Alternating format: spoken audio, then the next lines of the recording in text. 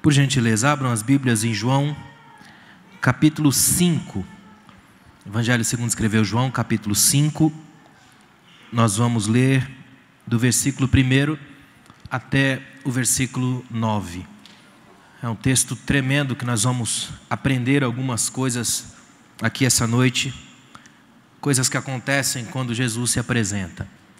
Amém? Diz assim a palavra de Deus: passado certo tempo, houve uma festa dos judeus e Jesus subiu para Jerusalém. Em Jerusalém, perto da porta das ovelhas, há um tanque, chamado Betesda na língua dos hebreus, o qual tem 5 pórticos. Neles ficava deitada uma grande multidão de doentes, cegos, mancos e paralíticos, esperando o movimento da água, pois um anjo do Senhor descia de tempos em tempos ao tanque e agitava a água. Então, o primeiro que ali entrasse depois do movimento da água sarava de qualquer doença. Estava ali um homem enfermo, havia 38 anos.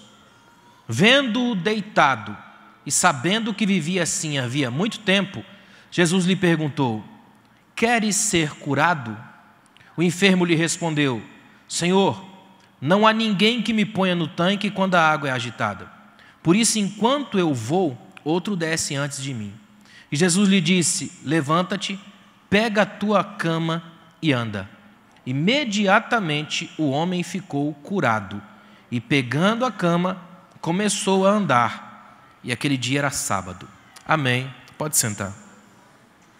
Irmãos, esse texto é um desses textos que a gente costuma dizer em teologia que são textos perigosos, porque você pode falar de tudo e não falar de nada, pode mirar numa coisa e errar completamente o alvo do texto, pode cair no erro de criar tradicionalismos equivocados em cima do próprio texto. Então é um texto muito difícil, muito complicado, mas ao mesmo tempo é um texto imensamente libertador, porque a mensagem que esse texto traz, e é o que eu pretendo, com a ajuda do Espírito Santo aqui essa noite trazer, é uma libertação profunda e verdadeira, muito além dos dogmas e dos esquemas asfixiantes de religião. Esse texto é um texto para quem ama Jesus e não essa coisa que a gente cria, dá o nome de Jesus e asfixia na religião. Isso aqui é libertação verdadeira, genuína, é aquela coisa verdadeira, feliz, e esse texto traz isso. O que eu quero mostrar para vocês aqui, à luz desse texto, à medida que vou trabalhando nos versículos do texto, é como é importante que a gente, no templo, tenha um encontro com Jesus, não com as nossas imaginações. Que aqui hoje você tenha um encontro verdadeiro com Jesus, e não com a projeção da sua mente que você chamou de Deus. Que você tenha aqui hoje um encontro com Jesus, e não com anos e anos de religião, porque essa coisa apenas estraga a festa da vida. Que a gente tenha aqui essa noite um encontro com Jesus, e não com a nossa mania de achar o que de fato significa Jesus. Quando a gente começa a criar simulacros de religião, a gente cria uma igreja que mais cansa do que liberta. É por isso que a gente tem hoje na igreja tanta gente cansada de igreja. É que a gente tem uma hipocrisia gospel extremamente bem trabalhada, e isso ao longo de tanto tempo é trabalhado na gente, que já faz parte da gente, é como uma tatuagem velha. Queria que você saísse daqui hoje com certeza no seu coração. Vir à igreja religiosamente certinho não te faz crente, assim como ir à garagem não te faz um carro. É importante lembrar o que é que de fato estamos fazendo aqui. Se você veio aqui apenas para fazer algum tipo de negócio, para encontrar com outro irmão, se veio aqui apenas para sentir uma pulsão, algum tipo de arrepio, se veio aqui para ver algo, essas posturas são completamente equivocadas. É por isso que a gente entra ruim e sai pior. O único objetivo central para vir aqui é encontrar Jesus. Se a gente vem aqui para encontrar Jesus, pode ter certeza, você não erra nunca. Toda vez que você entra aqui, de fato você encontra com Cristo. E não é um encontro apenas porque Ele está aqui e você chegou. É porque já veio com Ele, volta com Ele, fica com Ele. A vida se dá em torno dEle. E é isso que é o mais bonito, o mais extraordinário da graça. No texto que nós lemos, Jesus está em Jerusalém, tem uma festa de judeus. Jesus está lá em Jerusalém, cumprindo os rituais normais da festa. O que é bonito desse texto, é mostrar para nós que Jesus não é um alienado gospel, daquele que passa por cima de tudo e de todos só porque é Cristo. Ele é judeu e como judeu serve os processos e os esquemas do seu povo. Está lá na festa e de repente ele vai, e a Bíblia não diz porquê, e é bonito isso, ele vai até esse lugar, tanque de Betesda, que é uma das expressões mais profundas que a gente tem na Bíblia, tanto no hebraico quanto no aramaico, porque ela tem ramificações, pode ser traduzido como casa da misericórdia, ou a melhor de todas, casa da graça. É um símbolo tremendo do que Jesus procura na igreja. Esse texto aqui, por si só, pode ser aplicado, e é o que eu quero fazer aqui hoje, ao que é a igreja, o encontro, o lugar onde a gente experimenta a maior densidade da misericórdia, o encontro da graça, o que significa que aqui hoje, o melhor tipo de mensagem não é aquela para quem acha que nunca pecou. Se você acha que nunca pecou, não tem problema nenhum, não tem enfermidade nenhuma, nenhum tipo de doença na sua alma, a pergunta dos puritanos serve para você. Se você não está ser perdido, de que te serve um Salvador? A nossa maior alegria é saber que hoje que Jesus veio para nós, pecadores, doentes e que carecem da graça de Deus. Conta-se que uma vez disseram para Spurgeon assim, fulano tem falado mal do Senhor. Ele falou, isso é porque ele não me conhece direito. Se ele me conhecesse, ele falaria ainda pior. Eu acho legal isso. A gente saber quem a gente é de fato. A gente saber aqui hoje que nenhum de nós aqui é perfeito. Isso é tão tremendo. Isso nos liberta para parar de julgar os outros, para olhar para a gente, para entender que ninguém aqui passa no crivo da perfeição. Isso é tremendo, isso é libertador. Nós estamos na Betesda de Deus, casa da graça, da misericórdia, lugar onde os tortuosos, arrebentados, quebrados, perdidos, desesperados podem entrar. Esse não é o lugar dos perfeitos, é dos imperfeitos, é dos bandidos, dos marginalizados, é da gente. É por isso que a gente está aqui hoje, por causa desse Jesus que veio para nós. Se você espera uma mensagem aqui hoje para massagear seu ego, pode ir embora para casa. A que vem aqui hoje é completamente diferente. É uma mensagem que vem para tirar de nós a obtenção desse desejo maluco que a gente tem de achar que pode mandar, ir no auge, no top. Não precisa disso. Nós não somos alpinistas da fé. Ninguém aqui está para subir, a gente está aqui para descer. E quanto mais a gente desce, mais a gente recebe uma graça que transforma, que liberta, que vivifica, que dá graça, que dá vida. Essa é a mensagem que a gente tem que ter. Interessante que João, e eu gosto de João, vocês sabem disso, eu gosto muito do Evangelho, do modo como João escreve, e João no versículo 2 coloca um detalhezinho que passa despercebido na velocidade das leituras, diz que no versículo 2 que em Jerusalém, perto da porta das ovelhas tinha um tanque. É interessante isso. Quem já foi lá sabe disso, para chegar no tanque de Betesda era necessário passar pela porta das ovelhas, isso é tremendo. Aqui na casa da misericórdia não entra nenhum outro tipo de animal, a figura animalesca aqui é simplesmente a ovelha, e isso é tremendo. Quando a gente entende isso, a gente chega aqui na igreja com a postura de ovelha. E a postura de ovelha é belíssima. Todo mundo é igual. Estava lendo um escritor esses dias que disse assim, pouca gente gosta de lidar com ovelhas por uma razão muito simples. Ovelha é chata. E é verdade, gente. É tudo igual, tudo mesmo tom de pele, tudo mesmo jeito. É cheia de doença, tem vários tipos de doença, tem diversos tipos de animais que são predadores das ovelhas. A ovelha é o alimento número 1 do cardápio de diversos tipos de predadores, de lobo a cachorro do mato, gavião, tudo quanto é tipo de animal com algum tipo de ferocidade, mira suas garras nas ovelhas. Então ser ovelha é complicado, ninguém é mais bonito que todo mundo e ninguém é todo mundo igual ao outro, é tudo no mesmo nível, todo mundo nivelado por baixo, ninguém aparece, se aparece demais já tem algum tipo de deformidade por aí. Ser ovelha é participar da normalidade da graça. Ser ovelha é ser abraçado pela simplicidade do reino.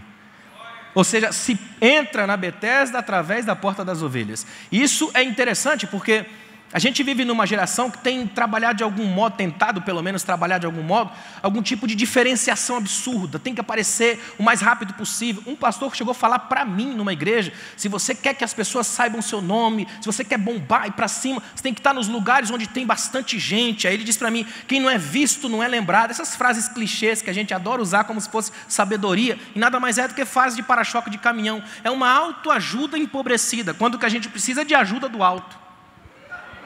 Toda vez tem isso. Aí um indivíduo ainda falou para mim numa igreja, o pastor falou assim, olha, se você der uns murros no púlpito, impostar a voz, você vai explodir.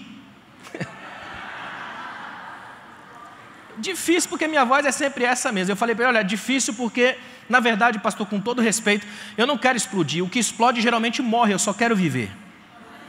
A gente não é chamado para destruir, a gente é chamado para construção. E a construção da graça se faz assim, devagar. Cada uma das pedras da vida, é aqui que a gente anda, é por aqui que a gente vai.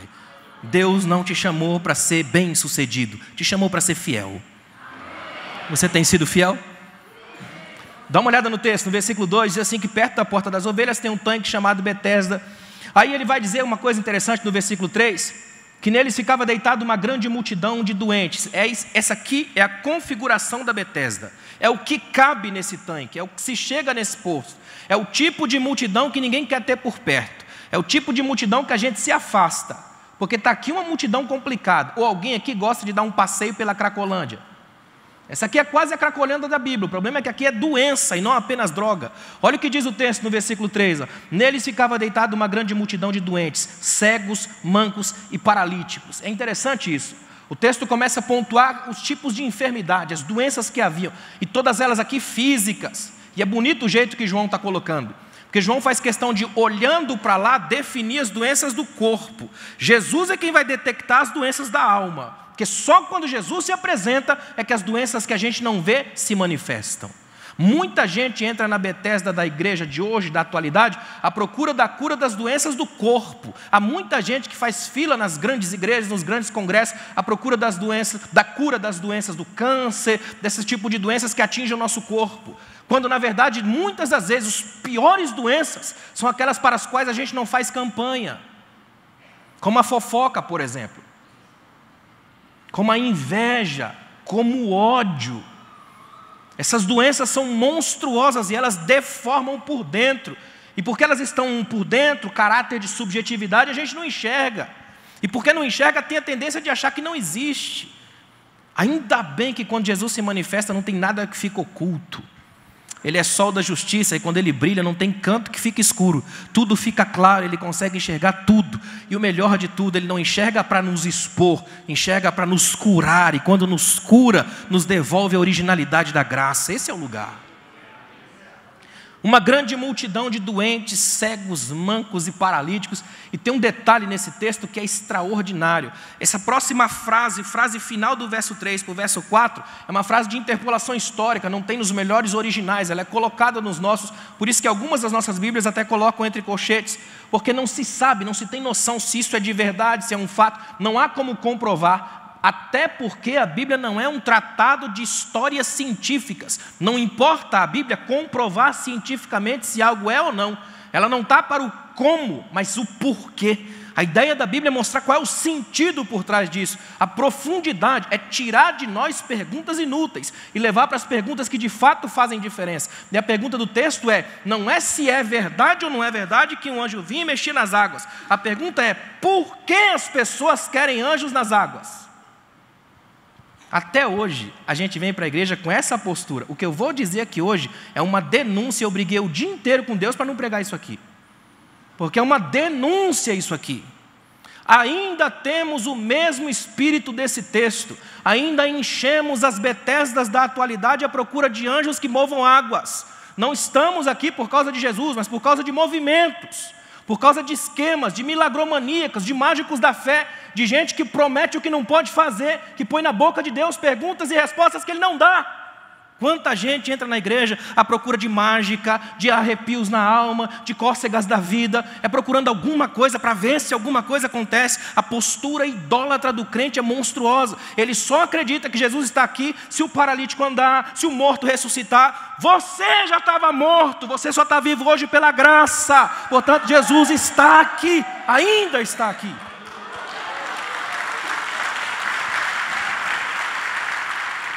Interessante que o texto faz questão de pontuar isso aqui. Olha o versículo 3, finalzinho do versículo 3, versículo 4, diz que cegos, mancos e paralíticos esperando o movimento da água. Pois um anjo do Senhor descia de tempos em tempos ao tanque, agitava a água.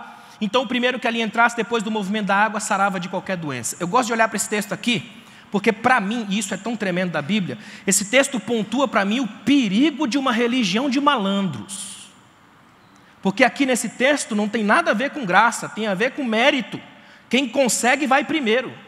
E se quem consegue vai primeiro, irmão, se eu puder ir primeiro do que você está morto. Então uma espiritualidade de malandro, não de graça. Aqui funciona o poder de quem pode, é meritocracia, eu posso, então eu faço. Como é perigoso isso aqui. Existe uma política aqui dentro. Os mais aptos conseguem, é lei da selva. Tenta imaginar por um momento, você todo detonado, deitado numa cama, não consegue andar, aí o cara do lado está apenas com um inchaço na perna, ele tem uma leve trombose, ele olha para a sua cara e ri, na hora que o tal anjo agitar as águas, eu vou primeiro, perdeu, varão. Que tipo de fé é essa? É uma fé que assusta, que manipula o sagrado, que empurra quem pode primeiro. É uma fé que procura milagres na base do eu posso, eu consigo e você que se vire. É a lógica inglesa do século XVIII. É tipo, os ingleses diziam assim, ó, você pode ir na frente, o importante é que o diabo segura quem está por último. Se vira. A ideia aqui é bem diferente. É por isso que eu amo esse texto. E esse texto é tão tremendo. Olha o que diz o versículo 5. Estava ali um homem enfermo, havia 38 anos. Os judeus têm uma coisa que é tremendo na espiritualidade judaica. Eles trabalham muito com números e letras, significados, e tem até toda uma teologia em cima disso, uma gematria que eles chamam. Só que nesse caso é interessante, porque o judeu acredita que existem alguns números que são considerados números tristes. E é por isso que na literatura judaica eles aparecem. Para nós, brasileiros, não faz diferença nenhuma, mas para eles toda a diferença. Por exemplo, lá em Mateus 28, quando Jesus se apresentou aos 11, para o judeu 11 é número triste, é 12 menos 1, a quebra da totalidade, é a denúncia de que o grupo perdeu alguém. É falta, deu para entender? A mesma coisa acontece aqui, 38 é quase 40. Para o judeu 40 é tempo de uma geração, tempo de uma travessia, tempo de uma história. 40 é possibilidade de completude, é estar inteiro. 38 é quase 40, é quase um tempo. Olha a ideia do texto, é um sugestionamento poderoso do texto. Jesus foi no único homem que estava quase uma vida no lugar sagrado, mas sem ser tocado pelo sagrado do lugar. O cara está quase uma vida no templo, mas nunca foi alcançado por aquilo que de fato deveria estar lá. Ele está quase uma vida na igreja, mas brigou com todo mundo, ninguém ajuda ele a descer. Ele está quase uma vida na igreja, mas não suporta, não sabe o que isso significa. Quase uma vida deitado no templo e ainda não conseguiu andar. Este aqui, meus irmãos, é o maior retrato da igreja do século 21. Tem muita gente na igreja que está a vida inteira na igreja, mas ainda não é crente. A vida na igreja, mas não sabe o que é louvar a Deus de verdade. Está a vida na igreja, mas nunca orou de verdade. A vida inteira na igreja e nunca comeu o pão da palavra. A vida inteira na igreja, se alimentando da testemunhologia do terceiro. Viu o que Deus fez lá, mas ainda não experimentou o que Deus fez aqui. É sombra, é múmia, refém a forma e a estrutura, mas não tem vida. É como a folha seca do outono, seca e morta.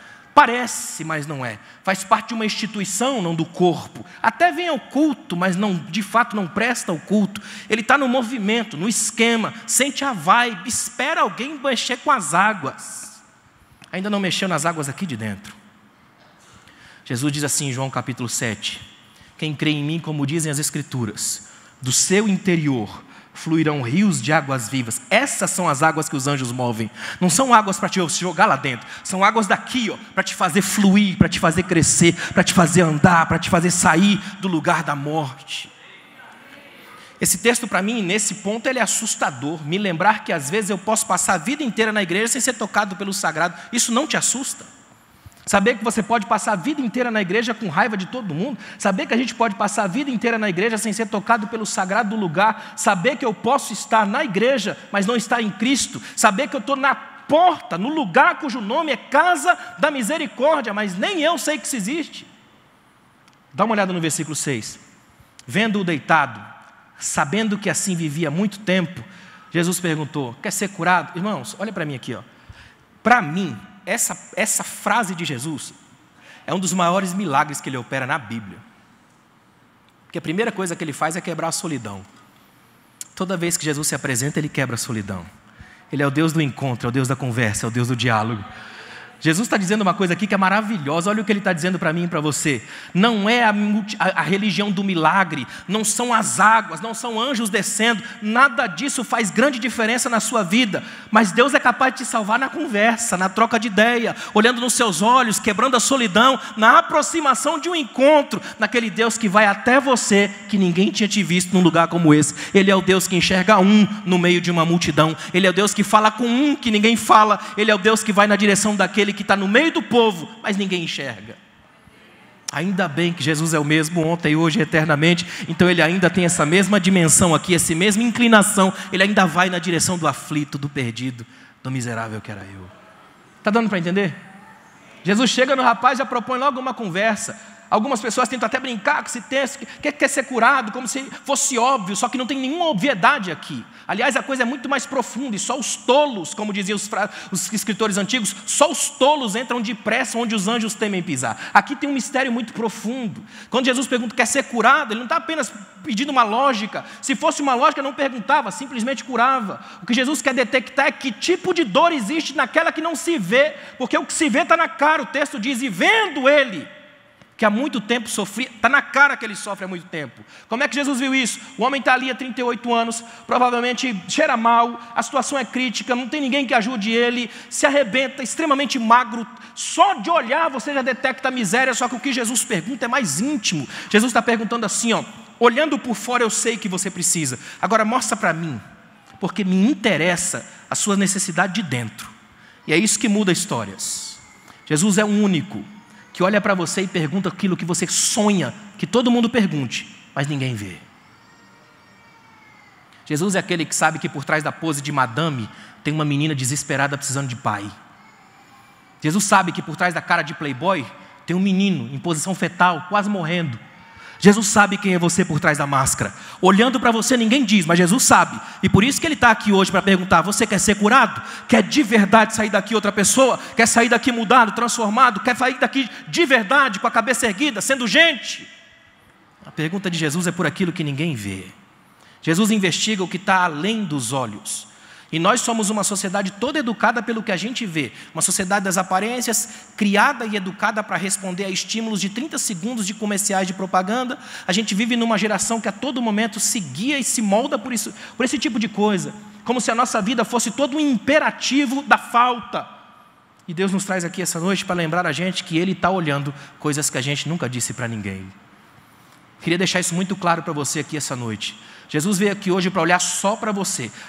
É como se aqui agora, neste templo, não tivesse ninguém. Só você e Jesus, frente a frente. E Ele olhando bem dentro dos seus olhos, sem ter para onde você ir, sem ter ninguém para jogar culpa e perguntando, você quer ser curado? Essa é a pergunta que Jesus te faz aqui essa noite. Quer ser curado? Você quer ser curada? Quer ser curado? Quer ser curado de traumas que você engole há tanto tempo que não tem nem coragem de falar para ninguém? De tanto que você engole, sublima, que ninguém sabe, nem você, até você esquece. Existe um olhar que é capaz de detectar lá no íntimo aquilo que a gente esconde até da gente. E é por isso que a gente está aqui essa noite. Porque essa noite não é uma noite comum, é uma noite clínica de Jesus. É noite de transformação, de restauração de vidas, de mudança de paradigmas, de uma nova história ser escrita. É uma noite para a gente sair daqui vivendo um novo dia na presença de Deus. Você crê nisso? Jesus te trouxe aqui essa noite para sair daqui curado. E essa cura passa pela transformação daquilo que a gente não fala para ninguém. O texto diz assim, olha que interessante, no versículo 7, tem uma coisa nesse texto que é interessante, olha o versículo 6 para o 7. Se a gente imaginasse dentro de lógicas, a lógica seria, no versículo 6, Jesus pergunta, quer ser curado? Versículo 7, o cara dizia, é óbvio que sim, evidente, mas é claro. Mas olha o que ele responde no versículo 7. O enfermo lhe respondeu, Senhor, não há ninguém que me ponha no tanque quando a água é agitada. Por isso, enquanto eu vou, outro desce antes de mim. É interessante o diálogo aqui. Jesus pergunta uma coisa, a resposta dele não tem nada a ver com o que Jesus perguntou. Só que olha a lógica do homem. Essa é a lógica que ainda impera na cabeça de muita gente. O meio exerce forte influência na gente. Quando você vive num lugar onde só impera a indiferença, o individualismo, você nunca imagina que alguém quer te ajudar. Tanto que quando alguém te ajuda, você acha estranho. O que esse cara quer em troca? É mais ou menos essa postura desse homem, a postura defensiva. A lógica, talvez o homem esteja pensando assim, será que ele quer me jogar no tanque? Será que ele tem alguma informação privilegiada que algum anjo está vindo por aí, virou a esquina, vai descer, vai agitar e antes de qualquer pessoa ele já quer me levar? Quem é esse cara que chegou até mim aqui hoje no meio desse movimento? Será que ele está querendo me jogar lá dentro? Porque já vou avisando para ele, tem outras pessoas aqui. E o povo daqui é um povo esperto e complicado. Na hora que eu quero ir, ninguém me ajuda, ninguém vai. Olha o homem detectando um monte de denúncia. Senhor, aqui está cheio de gente, mas ninguém olha para mim. Olha que incrível, olha para mim. Olha o que esse homem está dizendo. Senhor, o nome desse lugar aqui é Casa da Misericórdia, mas de mim ninguém tem misericórdia. Ou seja, eu sou a contradição desse lugar. Eu estou nesse lugar para provar que esse lugar só tem nome, mas ele não tem a verdadeira origem. O nome dele não condiz com o que ele é. Irmãos, quando alguém passa lá na rua e vê o nome aqui, Catedral da Família, e ele entra aqui, ele tem que saber que aqui é de fato a catedral da família. Aqui não pode ser uma contradição, aqui tem que ser o lugar da graça. Graças a Deus que tem sido assim. As pessoas entram aqui e são recebidas, abraçadas. Tomara que permaneça assim, e isso Deus faz com a gente aqui hoje. Que este lugar seja o lugar que de fato faz jus ao nome, que seja um lugar de identidades transformadas, de que quando alguém entrar aqui, seja abraçado pela misericórdia do lugar, e saia daqui dizendo, não é só a catedral da família, mas da minha família, porque eu também faço parte disso aqui, ó, e a minha família é protegida por Deus, e eu estou no tema do nosso ano. É isso que Deus quer da gente. Porque pensa por um momento, esse homem pensando assim, aqui nesse lugar que eu estou não tem graça, aqui não tem misericórdia, e eu permaneço aqui por dois motivos. Primeiro, porque é difícil para mim sair daqui, é complicado para mim, eu sou um paralítico, cheio de problemas, cheio de deficiência. Segundo, se há uma esperança de algum movimento das águas, vai que um dia eu resolva ir lá, e nisso vai empurrando 38 anos. Você já esteve perto de alguém que sofre do mesmo problema durante muito tempo? A gente que é pastor, que está no envolvimento do Ministério Pastoral da Vida, e eu ministro para muito líder nesse Brasil todo, de vez em quando a gente tem acesso a gente que carrega uma dor durante muito tempo. É que é fácil para a gente, que a vida está tranquila, mesmo que a gente reclame, mas a gente tem uma picanhazinha para comer, né? O negócio vai muito bem. É fácil para a gente pensar, o pessoal reclama. Você já deu uma volta na periferia da cidade? Você já conversou com gente que não tem, de fato, uma mistura para comer e arrasta o arroz e feijão a semana inteira? Você sabia que existe gente aqui na cidade, não precisa ir longe, aqui na cidade, que hoje é domingo e não comeu nada até agora? Você sabia que Betesda é isso aqui? Sejam bem-vindos a Betesda. Aqui tem gente há 38 anos que não sabe o que é ter um abraço de alguém. Tem gente há 38 anos que não sabe o que é ser alvo da misericórdia do outro. Tem gente há 38 anos que vê alguém sair limpo, arrumadinho do tanque, que o maior sonho da vida era ter tomado um banho naquele lugar, mas nunca teve acesso, porque na frente dele tem um esperto, um malandro, auto-intitulado gospel. É bonito sacudir o domingo da gente, não é? E sabe por quê? Porque Deus nos trouxe aqui hoje para lembrar que a gente ainda é humano. Que você como crente nem é um anjo completo, nem um demônio inteiro, é gente. E que como gente precisa de graça, precisa de abraço, precisa de carinho, precisa de vida, precisa de um elogio, precisa de gente que te dê um abraço. Às vezes não é num tanque que você vai descer, é numa água viva que vai te abraçar e que vai fazer você sair daqui outra pessoa. É isso que Jesus quer para nós aqui hoje, que ninguém saia daqui voltado só para si. O individualismo não reina aqui dentro, o que reina aqui é o abraço, é a solidariedade, é a graça, é o carinho, é a vida. Existe aqui hoje uma rede de amigos. E ela tem que permanecer assim. Quer ver uma coisa interessante? O enfermo responde para Jesus. Aí no versículo 8 Jesus fala assim, e Jesus lhe diz, levanta-te, pega a tua cama e anda. O que Jesus faz aqui, isso só acontece quando Jesus se apresenta. É extraordinário. Para mim, isso aqui é uma das coisas mais emocionantes que a gente tem para falar na Bíblia, porque o modo que Jesus faz aqui é tremendo. Jesus olha para aquele homem, talvez a gente pense assim, tudo que esse homem queria na vida era deixar para lá essa cama, né? Porque você olhar para esse homem era olhar para a cama dele, não tem como dissociar um do outro. Onde ele está, a miserável da cama está junto, ele não tem para onde ir. Aliás, ele não tem nada, ele está lá há 38 anos, não trabalha, tudo que ele tem na vida é aquilo ali. Imagina, para onde vai aquela cama está junto, aquela cama carrega todos os odores e todos os micróbios que ele tem na vida. Aí quando Jesus levanta ele e diz agora pega a tua cama e anda, olha o que Jesus está fazendo, invertendo os polos. Todo mundo que olha para aquele homem pensa, onde esse homem vai, leva a maca junto, onde esse homem está, a cama está junto. Agora é o contrário, ele é que vai, enrola a cama e leva. É Jesus dizendo, eu vou inverter os polos da sua vida, não é mais a miséria que manda em você, você manda nela. Agora você pega ela e leva para onde quiser, para mostrar para todo mundo que eu devolvo a você o equilíbrio da vida, o controle das próprias gerações. Você vai para onde quiser, você é livre e anda para onde quiser. Agora pega a tua cama e leva. Mostre para a tua cama que um dia passou alguém por você que te colocou de pé. Mais do que isso, eu quero que você saia pela vida com um testemunho vivo e plausível do que é graça. Não é de graça, é pela graça e tem um esforço. Sabe por quê? Toda a cura de Jesus não é apenas uma mágica que estala os dedos e melhora a vida de alguém. Não, a cura de Jesus é discipulado, é capacitação a ir. É Jesus dizendo, eu curo, mas te capacito a ir. E em obediência à minha palavra, você vai. Ele levanta e vai. Jesus devolve a ele a autoestima. Agora não é mais preciso que alguém te carregue. Você pode ir. Agora você vai para onde quiser. Agora, se você quiser, você mergulha no tanque. Não precisa mais da ajuda de ninguém. Você agora é livre, porque teve coragem de conversar comigo e abrir para mim a sua alma. Uma coisa que eu acho bonita de Jesus é que ele tem essa capacidade de, nas conversas com a gente, despertar o pior da gente. E só depois que ele desperta o pior é que ele trabalha o melhor. Essa é a lógica de Jesus, diferente da nossa. A gente acha que vem aqui para trazer o melhor e aí, por causa do nosso melhor, deixar Deus espantado com o nosso melhor, Deus vai agir com a gente. Essa é a lógica que impera na igreja. Mostre o seu melhor. Aí Jesus vai falar, rapaz, você canta muito, então vou te abençoar. Não é não. É quando a gente traz o nosso pior para ele. Essa é a verdade. Quer ver só? Jessé está na sua casa, ele apresenta 7 dos melhores filhos. Deus não quis nenhum. Quis aquele que estava fora, que o cabelo é vermelho, que não estava em casa, que estava no meio das ovelhas. Nem sempre é o seu melhor que Deus quer. Se o seu melhor é só para se apresentar, guarda para você. Traz aqui só o que é pior. O que é pior, mas é seu, traz. É isso que Deus quer aqui hoje. O seu pior, é nele que ele trabalha. Quer ver só? A Bíblia fala no mesmo texto, só que no capítulo 4, em João, de uma mulher samaritana. E essa mulher está na beira do poço, conversando com Jesus, procurando água por volta de meio-dia, que é uma fuga, na verdade. Ninguém pegava água nessa hora, ela está querendo fugir das conversas das outras mulheres.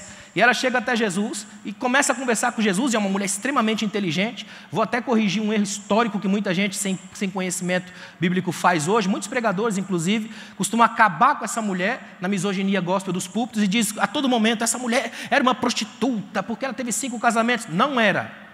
Cultura judaica, na época, o homem é quem dava a carta de divórcio. O homem, não a mulher. Ela não tinha poder para isso. O homem dava a carta de divórcio. Ela teve 5 maridos, ou seja, uma mulher extremamente inteligente. Ela conversa com Jesus na proposta de teologia profunda. Esse poço é do qual bebeu nosso pai Jacó. É aquela mulher que se levanta e fala. Ela fala, sendo tu judeu, como é que pede água de beber a mim? Uma mulher de cabeça erguida. Ela era tão extraordinária, devia ser muito bonita. A Bíblia diz que quando ela desceu para a cidade, todo mundo parou para ouvir. Agora pensa, uma mulher bonita, inteligente, falando, os caras ficavam doidos, queria casar e dar a rédea. Não conseguia, dava divórcio. 5 tentaram. 5. Aí ela chega para Jesus e conseguiu conversar com o primeiro homem da história que soube como tratar uma mulher. Toda vez que eu quero tratar minha esposa, e eu faço isso a vida inteira bem, eu olho para Jesus. Aos maridos aqui, quer tratar sua esposa da melhor forma do mundo, não é Dom Juan, é Cristo. Jesus é o marido perfeito. Quer ver? Jesus é o único homem da literatura que soube como tratar as mulheres. Você não vê Jesus fazer piadinha de duplo sentido com mulher nenhum. Você não vê Jesus esmagar nenhum tipo de mulher. Toda mulher que se apresentou para Jesus, de algum modo ele a tocou. É incrível. Ele é o único herói da literatura a se preocupar com mulheres grávidas. É incrível isso, é sensibilidade à flor da pele. Aí Jesus olha para aquela mulher, começa a conversar com ela num nível tremendo, profundo. Ele não ridiculariza ela, ele não diz para ela, você está doida, mulher? Eu que sou homem aqui, estou falando, nada disso. Conversa com ela no mesmo nível. Aí olha para ela e fala, se você soubesse quem fala contigo, você me pediria água viva. Ele detectou nela a ânsia, a sede, a coisa que a gente não fala.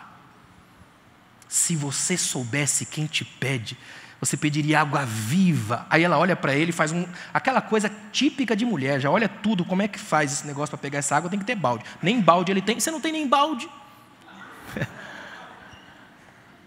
Ele olha para ela e diz assim, olha mulher, vai lá, chama o seu marido e vem cá. Olha o que Jesus faz, ele não pede licença, ele não faz um rodeio, ele simplesmente mete o pé na porta. Ele entra com tudo, na verdade mais horrível dela, aquilo que guardou de todo mundo. Só que ela percebeu nele a verdade da graça. Percebeu nele que ele não está invadindo a história dela como um paparazzi que quer buscar foto de celebridade. Ele está procurando curar a alma. Chama o seu marido e vem cá. Ela fala, eu não tenho marido. Jesus falou, você falou a verdade. É tremendo o texto. O diálogo é fantástico. Você falou a verdade. Aí, olha o que Jesus faz com ela. Olha para mim aqui. Isso aqui assusta todo e qualquer teólogo machista de hoje. Para ela, mulher samaritana, Jesus diz uma coisa que até então não havia falado nem para o grupo de discípulos. Abertamente ele fala: eu sou o Messias, eu que falo contigo. Olha o que Jesus está fazendo. Já que você teve coragem de abrir a sua verdade horrível para mim, eu te dou a minha. A minha limpa, tremenda e perfeita. Se você trouxe o pior para mim, leva o meu melhor com você. E vai para lá como missionária minha. E ela sai na cidade pregando e ganhando alma. Sabe por quê? Porque tem um Deus capaz de curar homem, mulher, qualquer um que sofre. Porque o olhar dele enxerga aquilo que a gente não vê. Queria que você saísse daqui essa noite com a certeza feliz de que Deus entende aquilo que você não fala. Deus conhece conteúdo de gemidos. Deus traduz lágrimas. Ele é o único que sabe aquilo que a gente esconde de tudo e de todos. Ele é o Deus que não precisa que eu publique para Ele ler. Ele lê por dentro. Ele sabe o que existe lá no íntimo. E é por isso que a gente está aqui hoje. E o mais interessante é que no versículo 9 que eu li, diz assim, ó, que imediatamente o homem ficou curado e pegando a maca começou a andar, e era sábado o dia. É a primeira dos milagres aqui de Jesus que ele faz no sábado, rompendo com todos os esquemas da religião. É Jesus dizendo assim: agora eu arrebento de uma vez com a religião toda montada. Ele vem num lugar e faz um milagre sem precisar de águas movidas por ninguém. Ele agora cura o indivíduo no sábado. Ele simplesmente está dizendo para tudo e para todos: se vocês olharem para mim, os esquemas de religião caem por terra. Se vocês olharem para mim, as desculpas caem por terra. Se vocês olharem para mim, vocês vão olhar para o Pai. Quem vê a mim, vê o Pai. Para onde você tem olhado hoje? Essa é a pergunta que fica na nossa cabeça. A coisa que eu acho bonito do Jesus do Novo Testamento é o modo como ele conversa com as pessoas. Você já percebeu isso de Jesus? As conversas de Jesus. Ele olha para... Aqui no capítulo que a gente leu, por exemplo, no capítulo 5, é um homem. No capítulo 4, é uma mulher. No capítulo 3, é homem de novo, Nicodemos. Ele conversa com todos os níveis, todas as classes. No capítulo 8, por exemplo, ele vai proteger uma mulher que foi pega no flagrante de adultério. Aí no capítulo 9, ele vai lá e cura um homem que é cego de nascença. Ele está sempre nesse nível, se envolvendo com um homem, com uma mulher, com um, com outro, com quem se aproxima. Ele é um Deus que redefiniu a palavra acessibilidade, porque até Jesus os deuses eram inacessíveis. Olha que interessante, se você vai no Antigo Testamento, a própria teologia judaica era feita para o afastamento, não para a aproximação. Tocava na arca, morria. Em Jesus quem toca sai curado. Jesus é o Deus que botou uma placa diferente, não é mais o vermelho, é o verde. Aproximem-se, toquem, se vocês tocarem vão sair daqui vivos. Ele tirou Deus lá de cima e colocou no meio do povo. Já não se chama mais de Yahvé, se chama de Abba, Pai. É Ele dizendo: eu quero que a partir de agora vocês sentem à mesa e comam comigo. Aí a minha pergunta essa noite é terrível. Por que a gente tenta colocar rédeas num Jesus que é livre? Por que a gente briga por coisas que Ele nunca quis? Por que a gente faz de tudo para deixar como se Jesus tivesse que obedecer os nossos comandos e as nossas lógicas? Queria que você saísse daqui hoje com uma certeza que te liberta. Não dá para mandar nesse Jesus. Ele é absurdamente livre. E é por isso que nós estamos aqui hoje. Porque Ele não mediu quem nós éramos, mas aquilo que poderíamos ser por causa dEle. E essa graça nos invadiu aqui hoje. A gente está livre por causa dEle, por essa alegria de poder participar da glória dEle, de estar envolvidos nele. Toda vez que eu olho para esse Jesus das Escrituras, ele é apaixonante. Eu lembro até de uma vez que eu ministrei num evento, num lugar do Brasil, acho que Santa Catarina, se não me engano, e eu falei sobre esse Jesus da Bíblia, o modo como ele é, e lá fora um jovem me procurou e falou assim: olha, pastor, é a primeira vez na igreja que eu vejo falar de um Jesus que eu não conhecia. Eu estou na igreja desde pequeno, não conheço esse Jesus, só conheço um Jesus esquisito, fechadão, esse eu não conheço. Falei: seja bem-vindo a Jesus, esse é o da Bíblia. O verdadeiro, e não é porque eu preguei, é porque a gente tem medo de mostrar para o povo um Jesus que não precisa da gente. Esse é o grande problema de muita gente. Ama manipular a opinião do povo em torno de si. Aí vem um Jesus que tira da nossa mão a tentação do controle. Ele é livre. Ele é Senhor de tudo e de todos. A verdade mais esmagadora sobre Jesus é que Ele é soberano. Ele não depende de mim, nem depende de você. Ele é livre. Graças a Deus por isso. E é por isso que Ele se inclina para nós e nos abraça, nos recebe, nos cura. Nós dependemos dEle, não Ele de nós. É por isso que nós estamos aqui hoje vivos, por causa da graça dEle. E eu queria que por um minuto que fosse, você agradecesse a Jesus por isso, pela liberdade que Ele tem, dEle ser Deus, dEle ser livre, dEle ser Senhor, dEle ser soberano. Você consegue agradecer a Jesus? Obrigado, Senhor, porque o Senhor não depende de mim. Obrigado porque as minhas posses não te dominam. Obrigado porque não é o meu nome que o Senhor respeita, é o teu nome que eu tenho que respeitar. Obrigado porque eu sou servo e o Senhor é rei. Você pode agradecer a Deus por isso?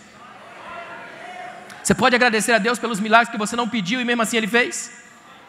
Por Ele ter te abraçado no dia que você mais precisava.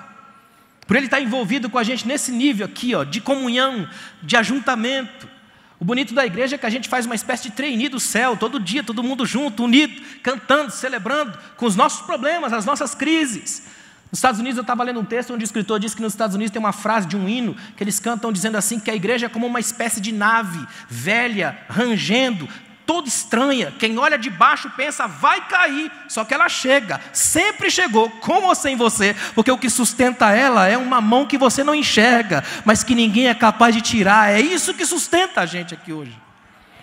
Nós estamos vivos por causa dessa graça. A gente é livre por causa desse Deus, desse Jesus aqui, ó. Mais para frente no texto, esse homem vai encontrar os fariseus vão inquirir dele por que ele está levando uma maca no sábado. Ele fala, eu nem sei, eu sei que quem me curou mandou levar. Quando ele encontra com Jesus, Jesus fala, não peque de novo, para que não te aconteça algo pior. É um homem que tem uma série de intrigas e crises na vida dele. Ou seja, é um homem muito parecido comigo, com a gente.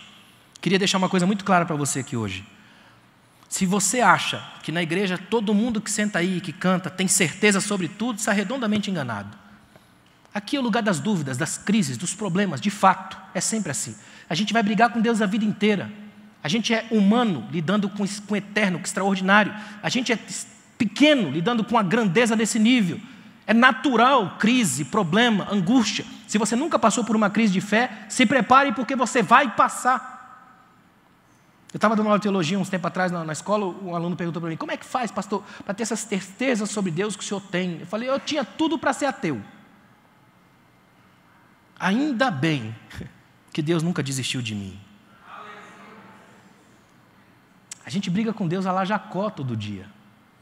E todo dia a gente sai mancando do mesmo jeito. Só que então a gente entra Jacó e sai Israel. É na paciência de Deus que Deus forma o nosso caráter. É na paciência de Deus que Ele vai trabalhando o coração da gente. Cuidado com gente que tem certezas demais o tempo todo. Isso é diabólico. O que é libertador é esse Deus que carrega com a gente perguntas. Quer ser curado? O que queres que te faça? O que é que vês? Notem que é possível estudar toda a história de Jesus através das perguntas que Ele fez. É interessante isso. Há muitas perguntas de Jesus no texto. Ele chega para um cego. O que você quer ver? Né? Depois que ele cura, o cego pergunta, o que você está vendo? É importante saber o que ele está vendo, né? Porque não basta ver, é o que está vendo, com que tipo de qualidade eu enxergo. Queres ser livre? Imagina, olha as perguntas que Jesus faz, sempre perguntando alguma coisa. Eu queria que você saísse daqui hoje com essa certeza no seu coração. O Deus que a gente segue, vem, nos abraça, e quando a gente sai dele, Ele deixa um jugo e um fardo, suave e leve, mas jugo e fardo. E são esses, das perguntas sem respostas, dos mistérios que a gente mergulha sem ter ideia do que vai acontecer. Ninguém está aqui para descobrir os mistérios de Deus. Se você descobre, já não é mistério, pensa. O bonito do mistério é exatamente aquilo que a gente não sabe. E quanto mais a gente se aprofunda, mais a gente percebe que tem muito mais para aprofundar. Santo Agostinho, um dos maiores mentes da história do cristianismo de todos os tempos, ele conta que um dia começou a ler os textos, principalmente o Evangelho de João, todo no grego original, e quando ele terminou de ler, ele pensou assim, de fato, acho que eu estou começando a compreender alguma coisa do reino de Deus, da profundidade da graça. Então ele dorme e tem um sonho. No sonho ele vê um garotinho que está com um balde fazendo um buraco na areia da praia. Aí o garotinho vai lá no mar, pega um pouco de água do mar, vem e joga dentro do buraco. Ele olha para o garoto e pergunta, ei garoto, o que você está fazendo? E o menino responde, você não está vendo que eu estou colocando o oceano dentro do buraco que acabei de cavar? Ele dá uma risada e diz, é impossível, olha a imensidão do oceano, olha o tamanho do buraquinho que você foi capaz de fazer. E o garoto responde a ele, exatamente, assim como a tua mente queira abarcar o eterno, nunca vai conseguir. O lindo de Deus é a capacidade que a gente tem de chegar aqui hoje e dizer, eu não sei nada sobre Deus, mas eu nunca saio de perto desse Deus. Porque quanto mais eu estiver perto dele, dentro dele, mais cheio da sua graça eu posso sair. Quem sabe eu não saia daqui sendo Betesda, casa de misericórdia, e qualquer um que entrar em mim vai ser alcançado por esse rio e por essa água que flui. Fica de pé, por favor. Eu quero orar com você. Eu gostaria que nessa oração você colocasse a mão assim no seu coração. É um símbolo, um sinal da Betesda que você vai se transformar a partir de hoje. Amém?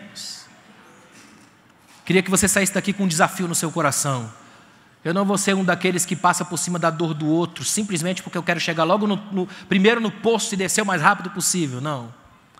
Eu não quero ver milagres perto de mim. Eu quero ser milagre para quem estiver perto de mim. Eu queria que nessa semana você se transformasse na resposta da oração de alguém. Que você seja um milagre de alguém. Se Deus te abençoou e você tem muito, reparta. A grande bênção de Deus não está no acúmulo, está na distribuição. Eu não estou falando de dinheiro não, também. Mas tem gente que tem tanto carinho, tanta graça, e esquece disso, não abraça ninguém. Pelo menos abraça a mim no final do culto, eu gosto. Faz bem. É importante que a gente dê aquilo que Deus derramou sobre a gente. É fonte. Quanto mais você mexe nessa fonte, mais água ela tem. Água parada dá dengue. Não deixe parado os talentos que Deus colocou em você. Aqui hoje tem gente que há muito tempo não canta, e Deus gosta tanto de te ouvir cantar, que te deu uma voz tão linda, e você não canta. A gente aqui, que Deus fez tanto por você, que se você resolvesse contar, seria tão tremendo, mas você esquece ou guarda. Seja o milagre que o mundo tanto precisa aqui hoje. Olha, se quando você sentar aqui, você relaxar e só esperar o próximo culto, além de eu ser o pior dos pregadores, a gente fez a pior das reuniões.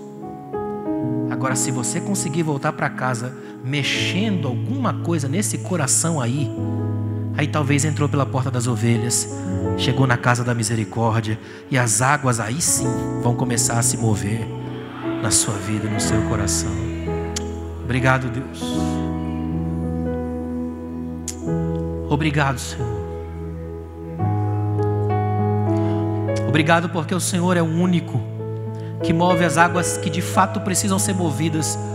Não as águas da mágica, as águas do malandro, as águas do milagre de fora, mas as águas de dentro, aquelas que são a fonte de todas as lágrimas. São essas águas que o Senhor quer mover aqui essa noite. São essas águas que o Senhor quer transformar aqui essa noite. Pai, que a gente saia daqui hoje completamente transformado pelo impacto que essa palavra é capaz de causar, uma palavra capaz de mudar a nossa postura em relação à própria vida. Que a gente não seja contradição do lugar, Senhor.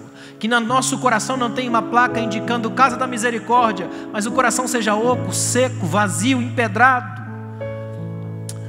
Que a gente se transforme na Tua Betesda que anda pelo mundo, Senhor.